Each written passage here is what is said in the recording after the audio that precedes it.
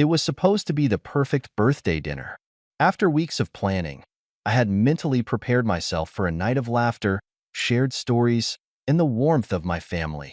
My mother had promised she'd put together a small gathering for me at my favorite restaurant. Nothing too fancy, just a casual celebration. But that's how I liked it. Simple. With the people who knew me best, I arrived a few minutes early, hoping to help with any last-minute preparations. The restaurant was buzzing with the usual weekend crowd, waiters gliding past, the clinking of glasses, and the faint murmur of conversations. But something was off. I walked in and scanned the room, looking for my family. But nothing. No familiar faces. No table set for a birthday dinner. The host gave me a polite smile and led me to a booth in the corner, a place where no one was sitting. "Are you expecting anyone?" she asked. I gave a nervous chuckle, trying to mask the confusion and sudden sinking feeling in my stomach. "Yes, my family. They should be here any minute." She nodded, but it was clear she wasn't expecting a crowd. As I sat down, I pulled out my phone to double-check the time. It was 7:15 p.m. The dinner was set for 7. I was sure they wouldn't have forgotten, so I waited. Minutes passed, but no one showed up. I started to grow restless. I checked my phone again. A new notification popped up, a message from my mother. "We thought you'd be busy, so we decided to eat without you." I froze. The words stung more than I expected. There was a sense of disbelief in me as I read the message over and over, as if it might change. I felt the weight of disappointment sink in like a rock in my chest. But the shock wasn't over yet. Just as I was processing her words, another notification appeared. This time, it was from my sister. "We ate without you. Sorry." My hand trembled as I set the phone down. I felt a strange, hollow emptiness inside. How could they do this? How could they forget me on my own birthday? How could they make such a thoughtless decision, as if I didn't matter? I stared at the empty restaurant table in front of me, the flickering candlelight casting a soft glow, but it only seemed to highlight the loneliness I felt in that moment. I took a deep breath, trying to keep my emotions in check. I couldn't believe what I was reading, but somehow, I knew it was real. There were no words left in me. I didn't know what to say or how to respond. I simply closed the phone and stood up. I didn't care about the meal anymore. I didn't care about the celebration. I left the restaurant, and as I walked out, I could feel the heat of anger and sadness creeping up, battling each other inside of me. But what happened next? Well, that was something I didn't expect. Something that would leave me questioning everything about my family and the relationships I had taken for granted. Days later, my phone buzzed. A call from my mother. My finger hovered over the screen, and for a moment, I hesitated. Should I answer? Could I face them after what had happened? I decided to pick up. "Hello?" I said, trying to keep my voice steady. "Why didn't you come back home?" my mother asked, her voice shaky that I couldn't respond immediately. How could I? What could I say after everything? But there was more. Damn, why sister's voice echoed in the background. "We didn't mean to hurt you," she said softly. We didn't think you'd care." And then it all came rushing back. The hurt, the confusion, the disbelief. But the twist? The thing I never saw coming. I couldn't have prepared for how everything would unfold in the next few days. The tears, the phone calls, the heartbreaking confessions. I took a deep breath, trying to steady myself. I could feel my heart pounding in my chest. The words, "We didn't think you'd care," echoed in my mind, playing on repeat. "What do you mean, you didn't think I'd care?" I asked, my voice barely above a whisper. "It's my birthday. You're my family. How could you just forget about me like that?" There was a long pause on the other end of the line. For a moment, I wondered if they were even hearing me. But then, my mother's voice cracked. "I'm sorry," she said. "We didn't mean it. We thought you'd be busy with your friends, or maybe working. You're always so caught up in everything else, and we didn't want to bother you." I couldn't believe what I was hearing. It wasn't just a mistake anymore. It was a misunderstanding, a complete misjudgment of who I was and how much this day meant to me. They didn't even see how much I had been looking forward to spending time with them. "Mom," I said, struggling to hold back the tears, "it's not about being busy. It's about showing up. It's about family. I'm not asking for a huge celebration, but I just wanted you to be there. That's all. To show you cared." My sister's voice cut in again, this time softer, but still laced with guilt. "We didn't think it would hurt you that much. We thought you'd understand. I mean, we always get so busy with our own lives, and we thought this year, you wouldn't mind." At that moment, I realized they truly hadn't understood. They hadn't grasped just how important this day was for me, just how much I needed to feel seen, to feel valued. Instead, they had dismissed me, assuming I'd be fine without them. "Maybe I don't understand," I replied, trying to make sense of it all. "But I feel like this is something you should have known, that I wanted to be with you." Another silence fell. I could feel the weight of the conversation bearing down on me. My chest felt heavy, and every word that followed seemed to make it harder to breathe. "Please come home," my mother said quietly. "We'll make it right. I promise. We'll do something special for you. We can't undo what happened, but we'll try to make it up to you." I wasn't sure what to say. Part of me wanted to just hang up, to walk away from it all. But another part of me, the part that still longed for the warmth of family, wanted to believe them. "I don't know," I murmured. "I need some time to think." And with that, I ended the call. Days passed, but the distance between us felt like an ocean. I couldn't stop replaying everything in my mind. What had gone wrong? Why had I always been the one to make the effort, only to be let down when I needed it most? But the more I thought about it, the more I realized it wasn't just about the dinner. It wasn't just about one night or one mistake. There was something deeper at play, something I hadn't wanted to face until now. And that's when it hit me. There had been something unspoken between us all for years, something buried beneath the surface that had festered and grown over time. What was I really walking into when I agreed to go back? I couldn't shake the feeling that something was amiss. It wasn't just the birthday dinner anymore. It was the way my family had been drifting apart for years, but none of us had said anything out loud. We just kept pretending everything was fine, as if ignoring the cracks would somehow make them disappear. But now, with that one hurtful moment, it all felt so much clearer. I felt like I was staring into a mirror, and the reflection staring back at me wasn't the person I thought I knew. I spent the next few days in a fog, unsure of what to do. I replayed that conversation with my mom and sister over and over. Each time, it felt more and more like a broken record, a part of the same pattern. They always meant well, but it was like they were blind to how I was feeling. I had given them all the signs, but they hadn't seen it. Or maybe they just didn't care enough to look by the time the weekend rolled around. I had made my decision. I called my mom and told her I would come over. I needed closure, but I wasn't going in with the hope of everything magically being fixed. No, I was going in to face the truth, whatever that truth was. When I arrived at my parents' house, the tension in the air was almost palpable. The house was quiet, too quiet. My mom and sister were sitting at the kitchen table, their eyes flicking nervously to the door as I walked in. They looked guilty, but not sorry enough to have truly understood the weight of what they had done. "Hey," I said, trying to keep my voice neutral, but even I could hear the hurt in it. Why Mom stood up first, her arms open as if she were trying to comfort me, but I couldn't shake the feeling that it was all too late for that. I stepped back, not wanting to be embraced just yet. "Can we talk?" she asked, her voice soft, vulnerable even. I nodded, pulling out a chair and sitting down. My sister didn't say anything. She just stared at her hands, the guilt eating away at her from the inside. "I'm sorry," my mother began. "I know I hurt you. I didn't mean for any of this to happen. I thought you'd be okay, that you wouldn't care if we went ahead and ate. But I was wrong. I should have waited for you. I should have made more of an effort." I felt my heart tighten. It wasn't enough to hear her say sorry. It wasn't enough to fix the hole that had been left in my chest. I had wanted more than just words. I wanted them to show me they understood why it mattered. "I don't think you do understand, Mom," I replied, my voice trembling slightly.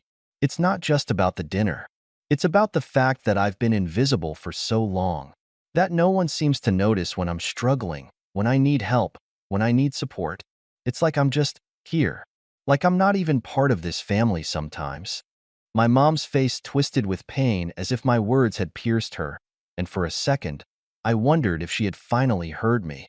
But then my sister spoke up, her voice barely audible. "We just didn't think you'd care," she repeated, her words laced with confusion and regret.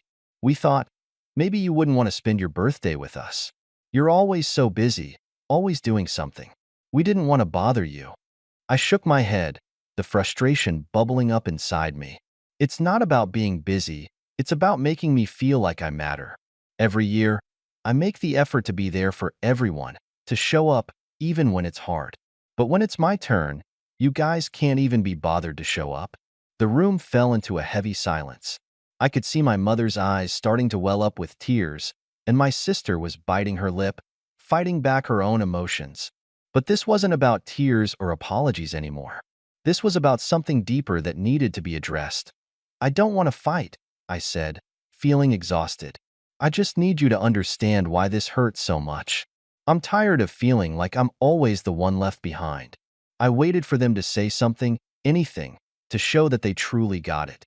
But instead, it was my mother who broke the silence. "We've failed you, haven't we?" she whispered. And that was it. The dam broke. It wasn't just about the dinner or the birthday or the years of neglect. It was about something more.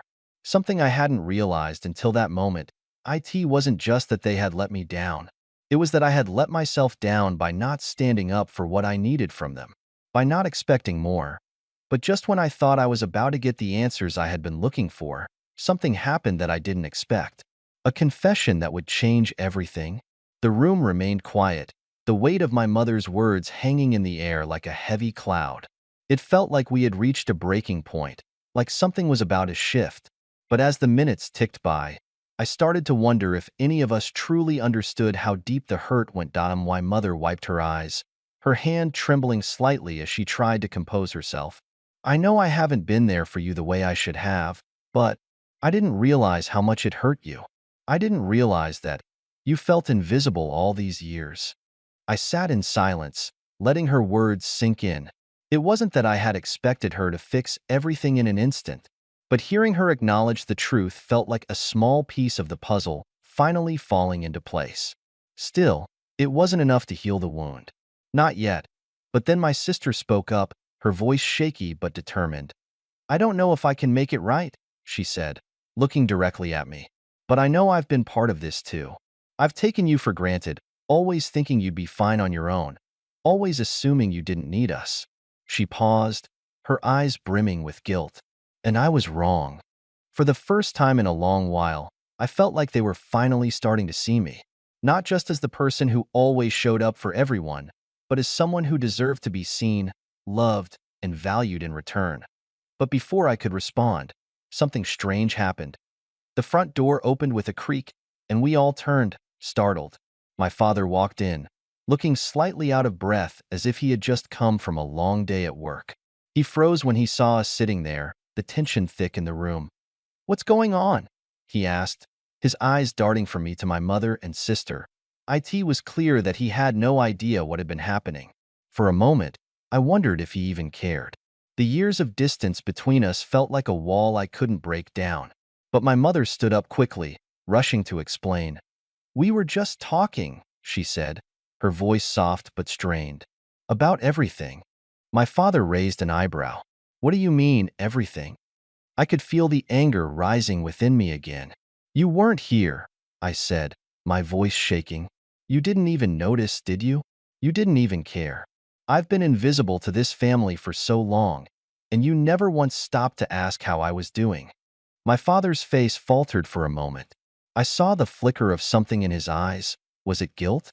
Regret? But it disappeared almost as quickly as it appeared. I didn't know," he muttered, rubbing the back of his neck awkwardly. "I thought you were fine. You've always been fine." I stared at him, the weight of years of neglect pressing down on me.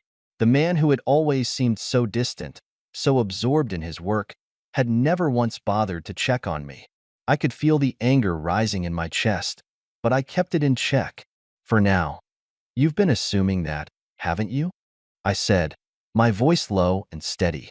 "You've been assuming I was fine because I never asked for anything. But it's not about asking, it's about showing up.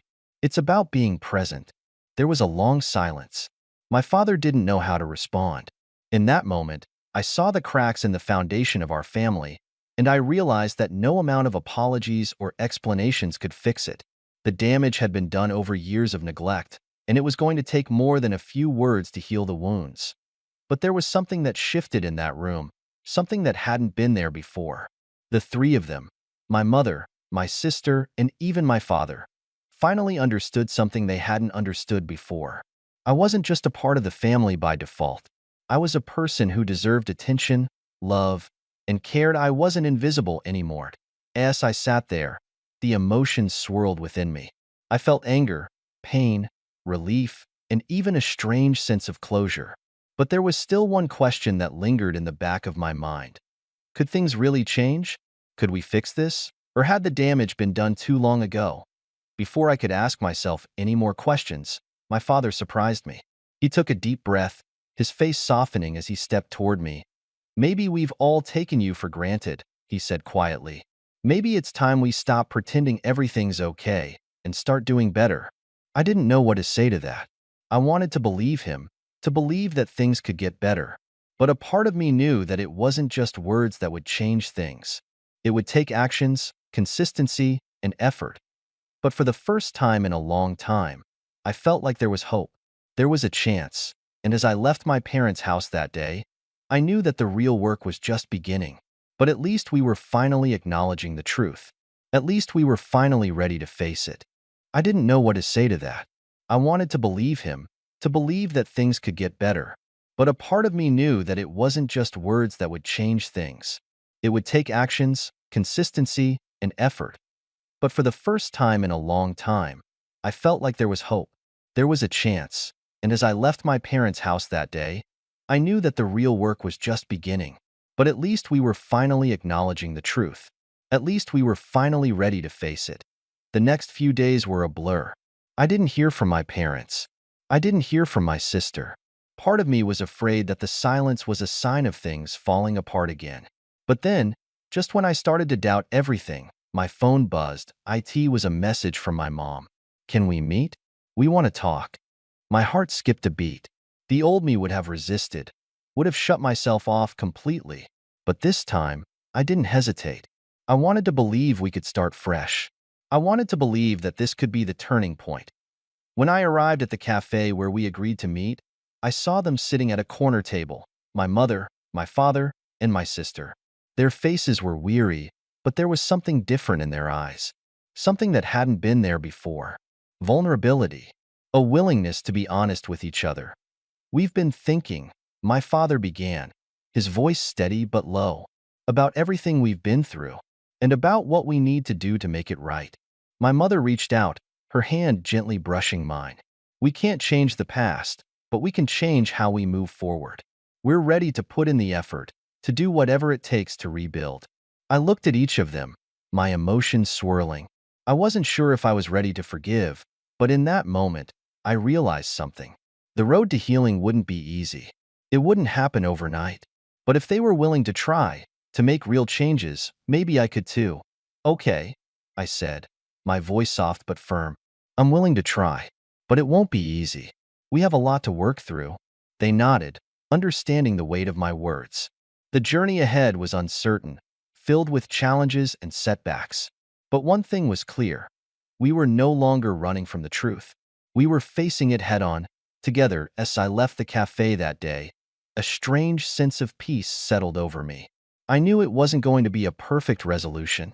There would be bumps along the way, moments where it felt like everything might fall apart again. But for the first time in a long time, I wasn't afraid of the future. Because, despite everything, I believed that we could rebuild. We could heal. And maybe, just maybe, we could finally be the family we had always longed to be. As the days turned into weeks, the cracks in our family slowly began to heal. We had difficult conversations, some of which left us all in tears, but we never gave up. It wasn't easy, and there were still moments of doubt, but little by little, we rebuilt the trust that had been shattered. Over time, I realized that forgiveness wasn't a single moment. It was a process. And while things might never go back to the way they were, we had created something stronger, something built on honesty and effort. For the first time in years, we truly felt like a family again. And that, in the end, was enough. What do you think? Can this family truly rebuild after everything they've been through, or is the damage too deep to fix? Have any of you ever experienced something similar in your own lives? Let us know in the comments. And if you enjoyed the story, don't forget to hit that subscribe button for more content just like this.